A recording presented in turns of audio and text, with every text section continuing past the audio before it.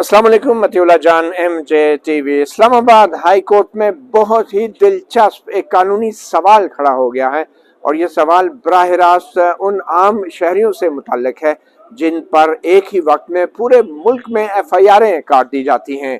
कभी एक सूबे में 3-4 थानों में, कभी दूसरे सूबे में, और फिर एक FIR में गिरफ्तार किया जाता है, दूसरी में जमानत होती है, तीसरी में फिर गिरफ्तार होते हैं। तो ये पूरे मुल्क में FIRें काटने का जो एक नया रुझान और नया रवाज पैदा हो गया है, इसमें ज़्यादातर सियासी इंतकामी कार्रवाइयाँ हो रही हैं। इस्लामाबाद हाई कोर्ट में जस्टिस तारिक जहांगीरी की अदालत में साबिक MNA और साबिक वफाकी वजीर शेख रशीद अहमद की एक दरख्वास्त आई है जिसमें उन्होंने अपने खिलाफ काटी गई इस्लामाबाद की FIR को क्वैश करने का इस्तदा की है अदालत से।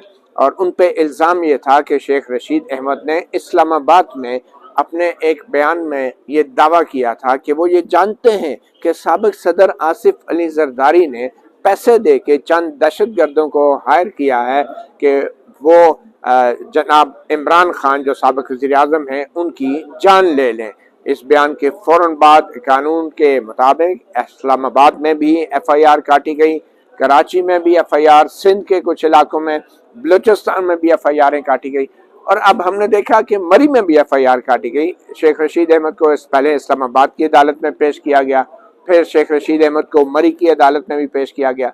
तो इन मुख्तलिफ FIRों के हवाले से इस्लामाबाद हाई कोर्ट में अब शेख रशीद अहमद ने दरख्वास्त दायर की है कि इनको क्वैश किया जाए।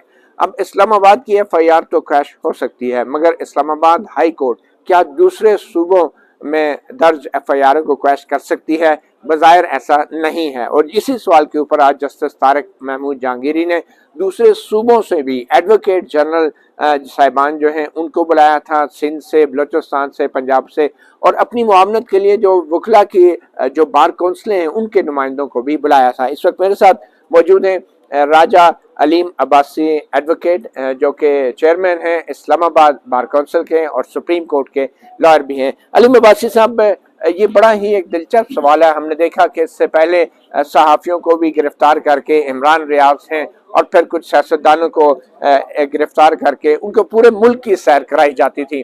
कभी इस्लामाबाद में भी FIRें कटी हैं, हमने आजम सवाती को देखा, हमने शहबाज गिल को देखा और इमरान रियाज खान को देखा।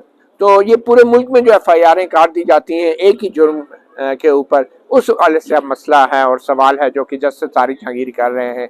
तो आपने इस हवाले से एक मौक़िफ़ अपनाया है और आपका ये कहना है कि जुर्म जहाँ सरजद होता है वहाँ पर FIRें काटी जाएं, क्योंकि अगर ये सिलसिला चल निकला तो फिर तो लाखों FIR होंगी, हज़ारों थाने होंगे और फिर वो FIRों के चक्कर में पूरे पाकिस्तान के मुल्ज़म को चक्कर ही लगवाए जाते रहेंगे, किसी अदालत में कभी केस कोई हल नहीं होगा।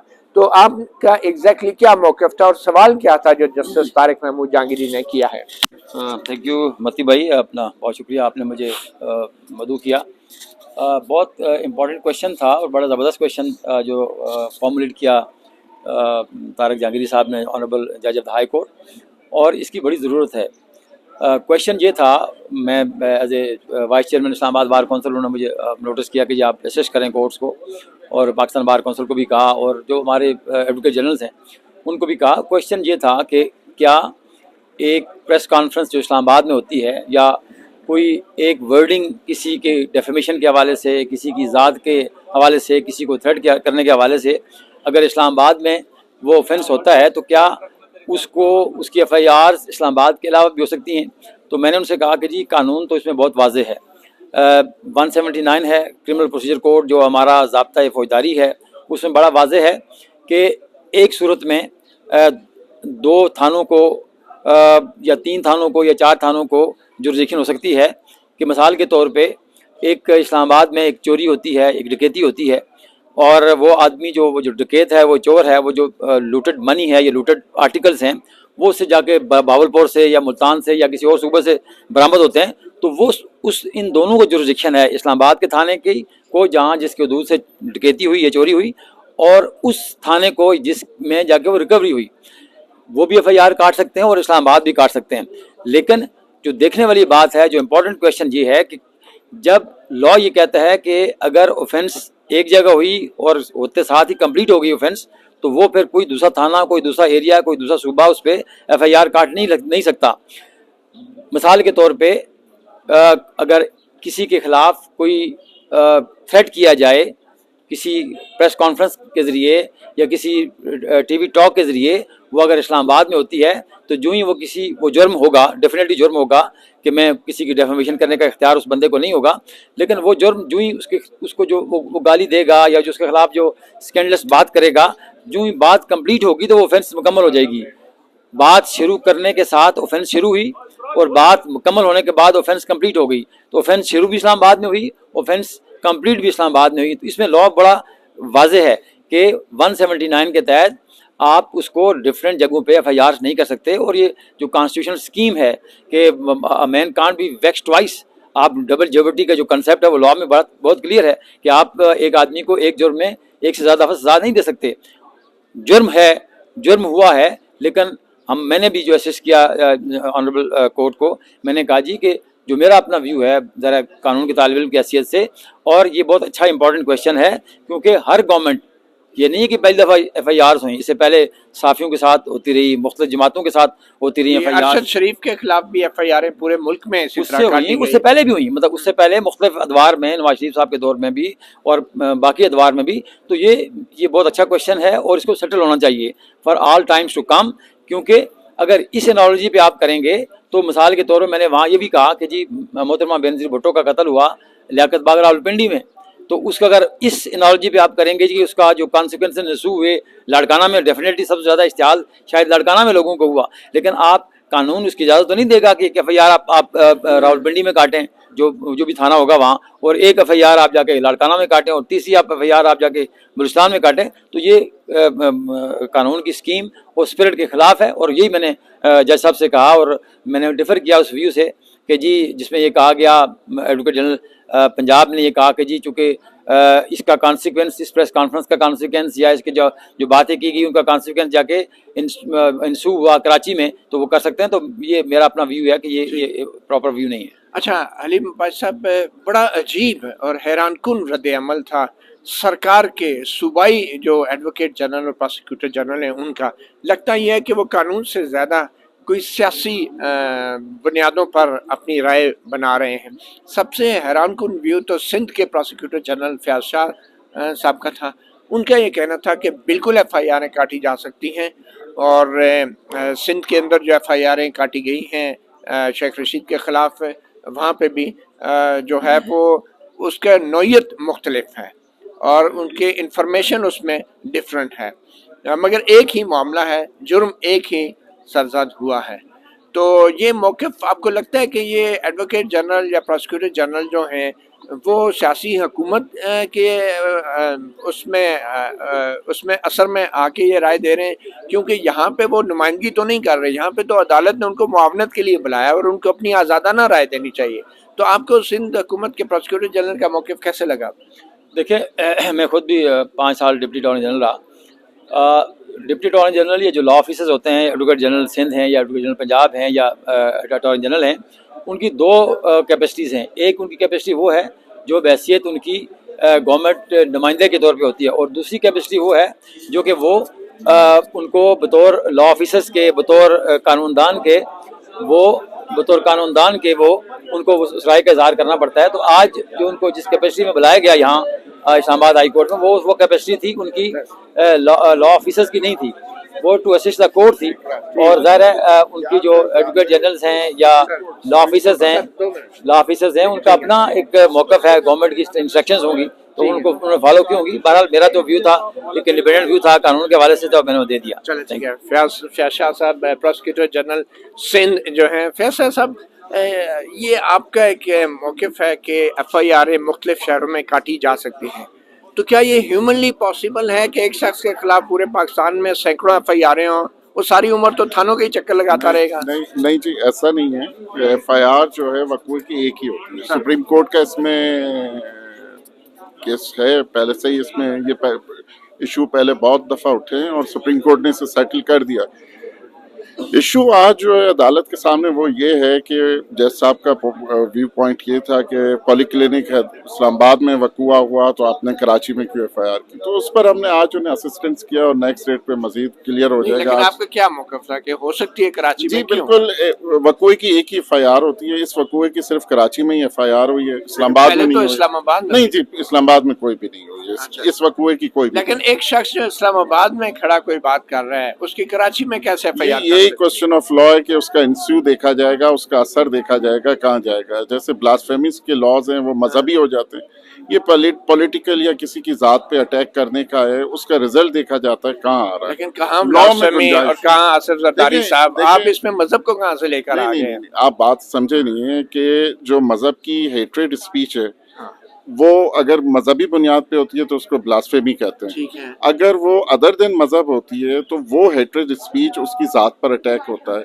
लेकिन इस उसका मसले का कोई हल तो निकालना चाहिए ये ना। जी इसका ये मसला है कि नहीं है, ये बताइए। ये question of law supreme court ने सेटल किया हुआ है, नेक्स्ट डेट पे इंशाल्लाह आप इस्लामाबाद सिंध हुकूमत से हदायत लेके यहाँ पे असिस्ट कर रहे हैं या आप अपनी नहीं, राय मैं दे रहे हैं? कोर्ट का नोटिस पे आए हैं हम लोग। मतलब आप अपनी इस्लामाबाद माहिराना राय दे जी, रहे जी हैं। इस्लामाबाद हाई कोर्ट ने हमें बुलाया असिस्ट के लिए। और इस मसले का हाल है कि एक वाकया अगर होता है उस पर मुख्तलिफ एफआईआर मुख्तलिफ शहरों में हो सकती हैं, ये आपका नहीं मौक़िफ़ है? नहीं हो सकती है, एक ही एफआईआर मुख्तलिफ होगी, एफआईआर मुख्तलिफ शहरों एक में। वकूए की एक ही एफआईआर होगी। अगर मुख्तलिफ तो फिर शहरों अगर में इस्लामाबाद में होगी थी तो कराची में क्यों हुई है? इस्लामाबाद में नहीं हुई, यही मैं अर्ज कर रहा हूँ। इस्लामाबाद में इस्लामाबाद में वो एफआईआर दूसरे वकूए की है। लेकिन वो शख्स इस्लामाबाद में है। वो शख्स देखें, अगर कल वो उसने मरी में पुलिस से झगड़ा किया, एक नया पर्चा हुआ, वो वकूआ दूसरा है। हमें नहीं ये तो ये थोड़ा सा कराची में टिकलिश इशू कुछ है। कराची में किया शेख साहब ने। कराची देखें किया जो है, जज साहब ने इसी पॉइंट के लिए असेस करने बुलाया है कि ये उन्होंने पॉलीक्लिनिक कराची इस्लामाबाद में ये गलत बातें की, क्राइम किया है उन्होंने। पर अब हाई कोर्ट ने यही डिसाइड करना है कि ये इस्लामाबाद में चलना चाहिए या कराची तो में। आप कहते हैं कराची में भी चल जी सकते कराची में चल सकता है। हैं। तो ये आपकी कानूनी राय जी, है। जी। तो इससे तो सैकड़ों मुकदमात दर्ज होंगे शहरियों पे पूरे पाकिस्तान देखिए, में। hatred- आपके पास कोई हल नहीं है इसका? हेट्रेड स्पीच का यही प्रॉब्लम है, ब्लास्फेमी और हेट्रेड का यही प्रॉब्लम है कि अगर कोई वकूआ सियालकोट में होता है, पर्चा उसका कटता है कश्मीर में, तो ये है इशू। अगर उसकी मल्टीपल ये इशू एफआईआर है तो इसका हल क्या है? आप नहीं, लॉ में इसमें क्लियर है, 179 सीआरपीसी में ये क्लियर है क्या क्लियर है कि कि या तो उस जुरिस्डिक्शन में होगा जहाँ वकूआ हुआ है या उस जुरिस्डिक्शन में होगा जहाँ इसका रिजल्ट आया। नहीं तो ये वकूआ अगर जहाँ पे हुआ है तो कोई ऐसा असूल अदालत तय कर सकती है कि वहां पे ही पर्चा कटेगा जहाँ पे ये वकूआ नहीं, है? अदालत के तो कानून को इंटरप्रिटेट करेगी ना। बहरहाल आप यहाँ पे मुआवनत के लिए आए हैं। जी। इस्लामाबाद हाई कोर्ट एफआईआर तो कालअदम नहीं करार दे सकती सूबों में, सिर्फ एक नहीं, कानूनी कल- नुक्ते पे तशरीह कर जी सकती जी है। बिल्कुल ऐसे ही, बिल्कुल ऐसे। बहुत शुक्रिया प्रोसिक्यूटर जनरल सिंध, आपने सुना। यहाँ पे मामला ये है कि जो मुख्तलिफ सूबों के एडवोकेट जनरल हैं, प्रोसिक्यूटर जनरल हैं, वो बज़ाहिर मामले को हल करने की बजाय एक सियासी नुक्ता नज़र से शेख रशीद के केस के अंदर अपनी राय दे रहे हैं। और बज़ाहिर वो ये चाहते हैं कि शेख रशीद के ख़िलाफ़ ये मामला मुख्तलिफ शहरों में जो शुरू हुआ है एफआईआरों का, वो जारी रहे। ये बड़ी बदकिस्मती की बात है कि यहाँ पे सरकारी वकला की तरफ से जो है ब्लास्फेमी लॉ की मिसाल दी जाती है कि जैसे अगर कोई शख्स एक शहर में तौहीन रसालत करता है तो उसके खिलाफ मुकदमा पूरे मुल्क में कहीं भी दर्ज हो सकता है। तो उसका मिसाल देते हुए एक किस्म का ये तासुर देने की कोशिश की जाती है कि जैसे सियासतदानों के खिलाफ भी अगर कोई नफरत अंगेज तकरीर करेगा तो उनके खिलाफ भी जो है पूरे मुल्क में मुकदमा दर्ज हो सकते हैं। तो ये इंतहाई नामुनासिब किस्म का मवाजना है जो सरकारी वकला की तरफ से अदालत में किया जा रहा है।